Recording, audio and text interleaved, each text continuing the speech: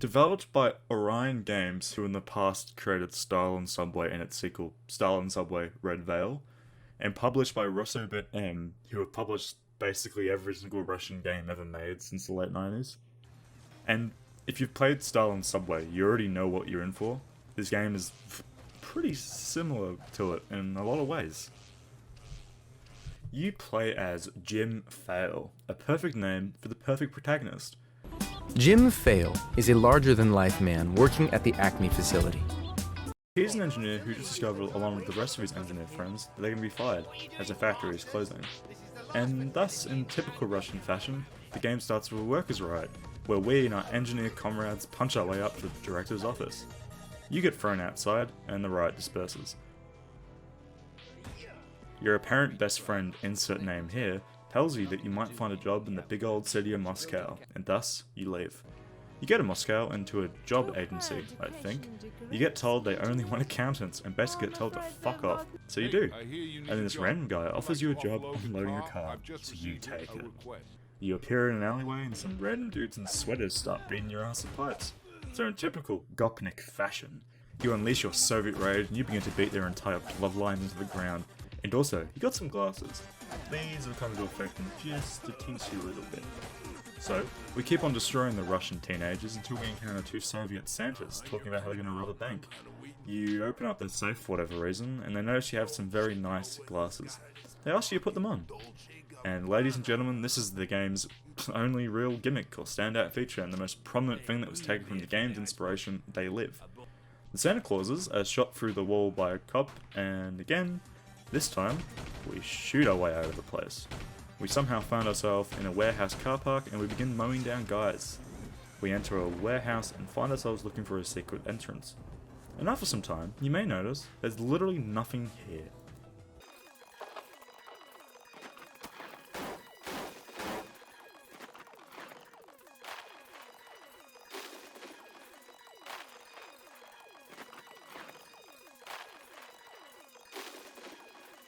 But wait, your glasses.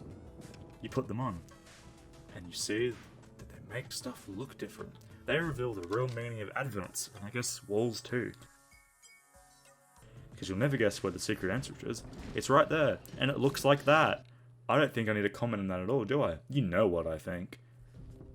So, we go down some stairs, we overhear the aliens and their plans, and guess what? You know what the real enemy to Russia is, right? Capitalists. Capitalist aliens who want to make humans buy lots of shit. Fucking brilliant. We basically just keep killing people, but this time in an office building, and they're robots this time. Oh, and the ATMs are robots too, don't forget about that.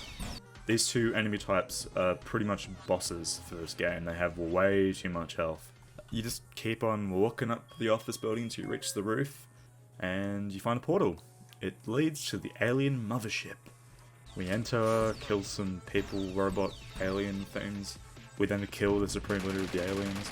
And then we appear in a job line, we get a job, and that's that. That's the story of Jim Fail. But now, for the real meat and potatoes, gameplay and visuals. Well, it's a shooter. And it's average. Weapons are very accurate for what they are. Shotguns are actually not accurate at all, as they should be. But as far as I can tell, the damage output per weapon is pretty much the same, with the exception of the alien blaster, which is a one-hit kill on weaker enemies like police and SWAT members. But as far as weapon progression goes, you'll basically just keep changing your weapon every time you get one. Each weapon is better than the last. But this isn't to say you'll never use that lovely calm muffler that's stained with teenage blood that you get at the railway. No, you'll be using that a lot in the last two missions. Why, you might be asking? Well, this game has a terrible problem with the amount of ammo you use and the amount of ammo you get. It's terrible. You never have enough ammo for pretty much all the combat encounters past the halfway mark. This game is near impossible unless you only get headshots, which, by the way, I can't even confirm if they do more damage.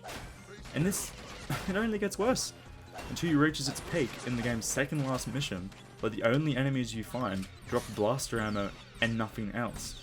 The blaster, sure, it's the best gun in the game by far, but it doesn't do enough damage on the robotic staff of the office building, who also kill you incredibly fast. So when you're down to just your broken muffler, it's near impossible to progress unless your enemy's AI breaks, which frankly, it does all the time. So just abuse the quick save and you'll be alright. But remember, you can always use God 1 in the console and beat him down safely. But yeah, this game is kinda broken from the halfway point. And if you're fine with dealing with that, and this game is actually a pretty good 2 and a bit hours of fun. And I had a lot of fun with this game. It was pretty good. But the ammo economy issues do stick out as a sore point and can be very annoying in the later game. Graphically, the game's fine. As you see in the background, it's nothing special, but doesn't sound as bad. It's dated for sure, but fine otherwise. The effects from wearing the glasses is it's fucking annoying, frankly. And when you wear it, not much changes. You just see different models for some enemies and some posters change. But that's really all. So the golden question, should you play this game? Sure, it's short, and not to mention, it's free. So you don't gain or lose anything from playing it. But sure, I mean, you lose 2 hours where you could be playing something which is more worthwhile. But I rated it a solid 5. It's not bad, not good either, but it's enjoyable. Thanks for watching.